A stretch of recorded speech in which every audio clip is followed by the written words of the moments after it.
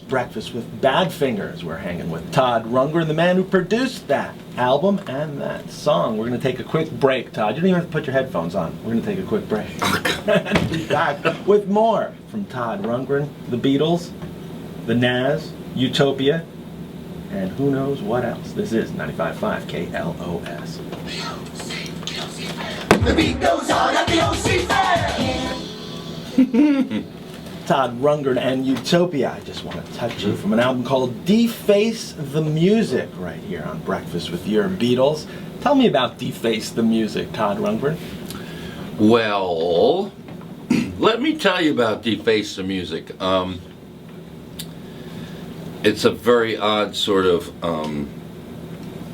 conjunction in a way, because I was asked to produce a couple songs for Alice Cooper for the soundtrack of a movie called Roadie, which starred Meatloaf, irony of ironies, and who Todd also produced Bat Out of Hell, by the way. Yeah, For those of you at home who don't know that. If you don't know why it's ironic, that's why. And we were, you know, there's a perverse streak that runs through most of my music, you know, including the Utopia music, and we were thinking there was this whole resurgence in what they called power pop, you know, these guitar-based quartets and stuff like that. And The Knack helped bring that back. The Knack was kind of like part of it, and there were a couple other bands who were trying to recapture that whole kind of simplicity that the Beatles represented in the age of disco at the time. So so they gave us an opportunity to contribute a song to the soundtrack album. We didn't pay any attention to what the movie was about or anything like that. The story of the movie. Anything that had anything to do with the movie, and we just thought, okay, let's make our own power pop statement, and we recorded that song.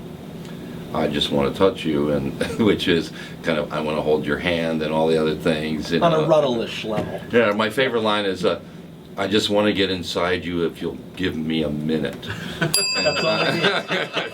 He's a 60-second man. Exactly. And we submitted the song, and they said, no, we're, the rationale, they probably just thought it didn't work with the record, but the rationale was they thought it was so Beatleish that they might get sued by the Beatles, because the Beatles were suing everybody. The only way they could make money anymore was by suing people. That was the excuse, huh? And so, but that was all we needed. We said, okay, let's do a whole album. Let's do a whole album and really get exactly sued. like that. Yeah. And were you sued? Let's find out. Let's find out. It could be like our big break. We got sued by the Beatles. Yeah. Utopia, not Todd Rundgren. Just Utopia has been sued. Yeah. Yeah, but also it would bring us out of obscurity in a way. And so we did a whole kind of Beatles, you know, the undiscovered Beatle masters. It's great. If anybody wants to get a copy of it, you can still get them. Deface the Music by Utopia came out in 1980. A great collection of Beatle-inspired pop tunes. Mm-hmm. And Todd, you don't sing every one of them, right? Kaz and the whole. Well, also, you know, one of the things about the Beatles is they got a something of, I don't know whether you would call it generic, but a sound that was unique in a way, because Lennon and McCartney used to just double up the melodies sometimes. They would sing together and it wouldn't sound like either one of them. It would sound like the most perfect white voice that there was in music. You know, they would, you know, the sort of nasal quality of John Lennon and the croony quality of Paul McCartney would blend into something that was more or less ideal, I guess. Or they let George sing, which is kind of the same combination. Well, here's the funny thing. When they first were like auditioning, you know, trying to get a record deal, I heard that George Martin thought that George should have been the lead singer of the Beatles. Well, Todd, if you look at all their demos, like the Decca tapes and all those things, you know, George sang, not the majority, but he sang a real good amount of songs. I mean, George sang like 5 songs, and same with the BBC. George was up there singing, you know, not as much as John and Paul, but pretty much. Well, certainly in the days when they were doing a lot of other people's covers as well. You know, they were doing like Anna and stuff like that. It was seemed like George's voice suited a lot of the material that they were He had the covering. perfect Beatle voice in a weird way. In a really weird way. And speaking of George, there's a tribute album to George that you covered, While My Guitar Gently Weeps, on. And I was mentioning this during the break. Beatles Rock Band came out. I don't know if you're familiar with that, but the kids play along Oh, yeah, with yeah, the yeah, Rock that, Band. yeah.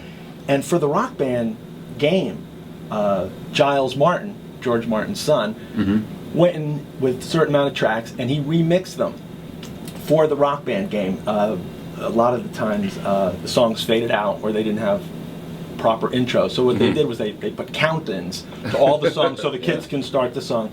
And then, like on 95% of them, they put endings to the Beatles songs. So songs we've been listening to for 100 years, fading out, all of a sudden, ding, have final chords, and it's very odd. But Blah, blah, bing. yeah, exactly. There's okay. songs that you never heard with an ending. But While My Guitar Gently Weeps, when we put our headphones on and listened to it, we realized that Giles had the original. This is the first time these things have ever been remixed. Of course, they've been remastered umpteen times. Well, 3.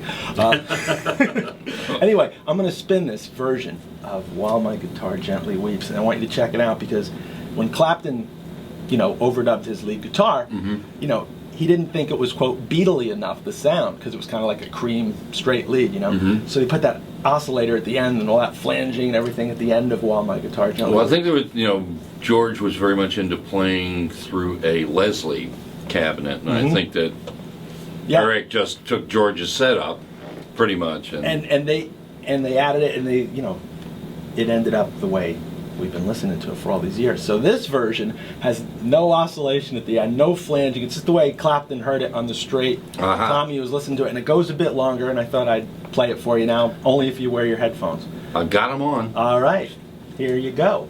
While My Guitar Gently Weeps, courtesy of Giles Martin, your Rock Band mix right here, 95.5 KLOS, and there's counting too.